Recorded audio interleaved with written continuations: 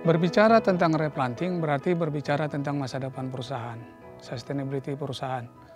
Dan dalam konteks yang lebih besar sebenarnya kita berbicara juga tentang sustainability daripada negara sebagai penghasil CPO terbesar di dunia.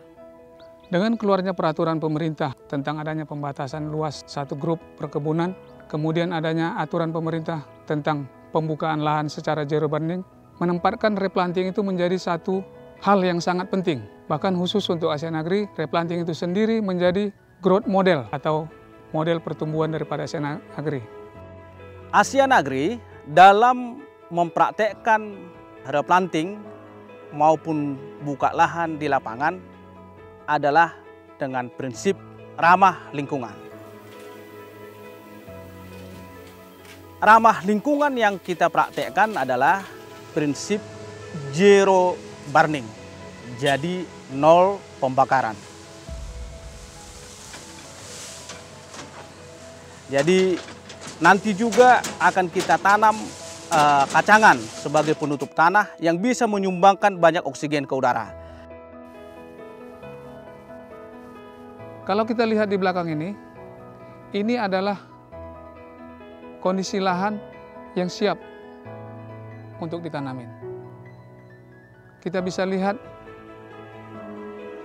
tumbang, chipping sudah dilakukan dengan benar, dengan baik.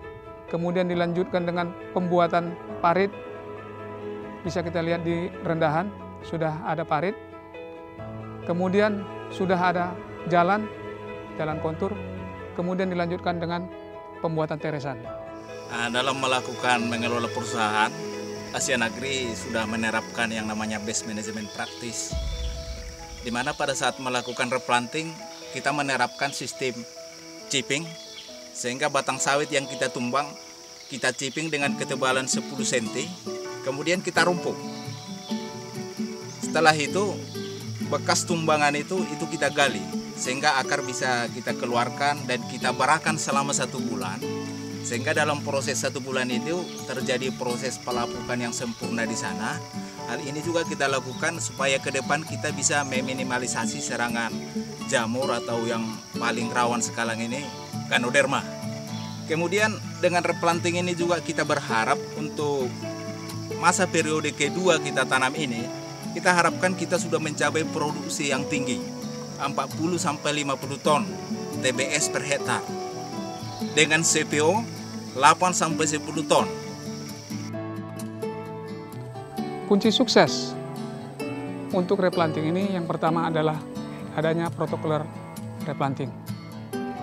Yang kedua, setiap tahapan pekerjaan itu tadi dilakukan dengan best management practices atau praktek-praktek agronomi terbaik.